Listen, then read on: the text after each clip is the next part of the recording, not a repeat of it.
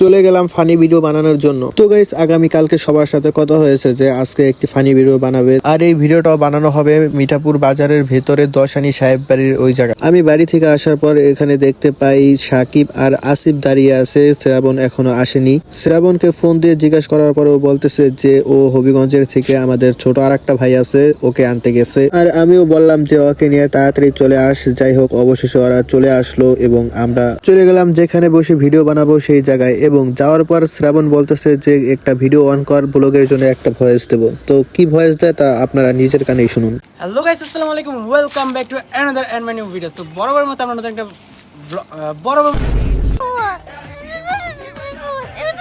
যাই হোক, ওর ভয়েস তো আপনারা সবাই শুনলেন। আর এইদিকে আমি ভিডিও বানানোর জন্য মুরব্বীদের মতন লুঙ্গি আর পাঞ্জাবি পরে পাট নিলাম। তো ভিউয়ার্স, আসসালামু আলাইকুম। আমাদের ভিডিও কিন্তু অলমোস্ট কমপ্লিট হয়ে গেছে, এখন আমরা বের হইতাছি।